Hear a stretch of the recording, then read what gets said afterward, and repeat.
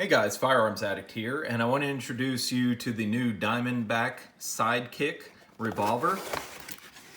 This is a new revolver that Diamondback has come out with. We're going to set that aside. Inside the box, you'll find your safety block, manual, and they did a really nice job on this manual. It's full color, nice glossy paper, and lots of details in there. You get a sticker from Diamondback and a thank you coupon for $10 off of a $100 order from Diamondback. This is a safety that comes inside the cylinder. I pulled that out already. You get a 22 Magnum cylinder included. And let's take a look at the revolver. They pack the revolver inside of a bag to protect it, which is a nice feature. And here's the revolver itself. It comes with black plastic grips, a Cerakote type finish on it. This revolver is a little bit different than your traditional single action. To open the cylinder, you have two options. One, you can push forward on what would normally be your ejector rod, and then you push your cylinder out. This is actually a 9-shot. The cylinder that's in here is 22 long rifle, and to unload you just push the end of the cylinder here and that'll dump all your cases, which is a really nice feature. The revolver will work as a single action by pulling back the hammer. It does not have a half cock. A couple other features of this revolver that are quite interesting. It functions as a double action. And because of the notches that are in the side of the cylinder, it is safe to dry fire this revolver. They really put a lot of thought into this, I think. The Sidekick will fit in a standard single action holster. This one happens to be for the Ruger Wrangler, but any standard single action holster should work. Here's a size comparison between the Ruger Wrangler and the Diamondback Sidekick. I believe these will be in stiff competition with each other. The Sidekick, as I mentioned, being a 9-shot, I think that has some benefits to the Ruger being a 6-shot. Let's take a look at this compared to a Heritage.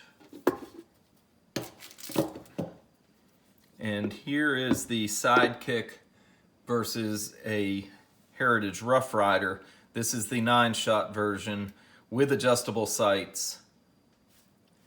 One thing that is definitely noticeable, the Sidekick weighs quite a bit more, or feels like it weighs a bit more. Let's compare the weights of the three revolvers. Sidekick, 2 pounds, 1/2 ounce. Ruger Wrangler, 1 pound, 14.4 ounces.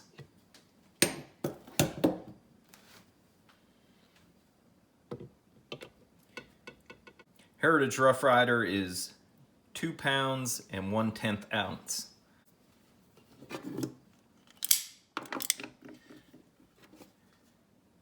Trigger pull on the Sidekick.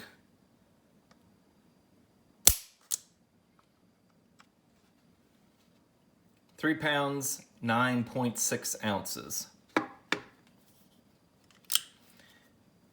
The single action trigger is crisp and resets right there.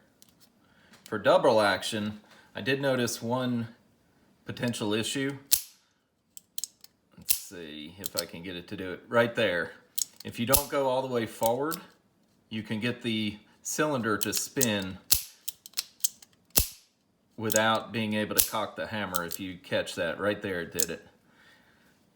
So when you're shooting double action, if you're shooting for speed, make sure you go all the way forward.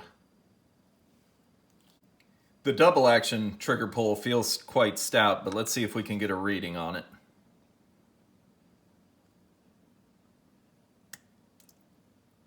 It's starting to come back. Oh gosh. All right, it's over 11 pounds. and I came up with a warning on my Wheeler trigger gauge. It is definitely pretty stout, I can tell you.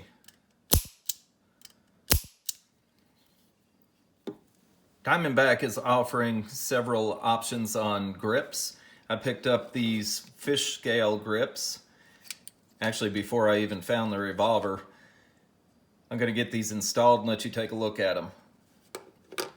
Here's a view of the Sidekick with the optional wood fish scale grips installed.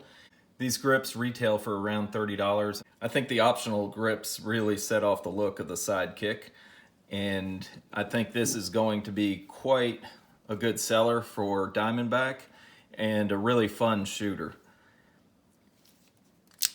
The action, it just feels like quality. The cylinder spins very nicely.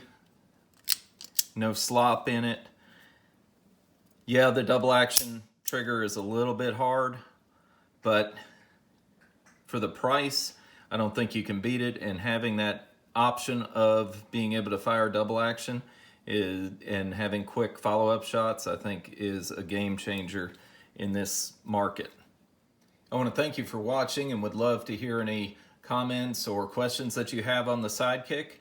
I'll be posting some shooting videos on it and some comparisons shooting between the Ruger Wrangler and the Heritage Rough Rider shortly. And please come back and check those out, and the best way to do that would be to subscribe. And thank you again.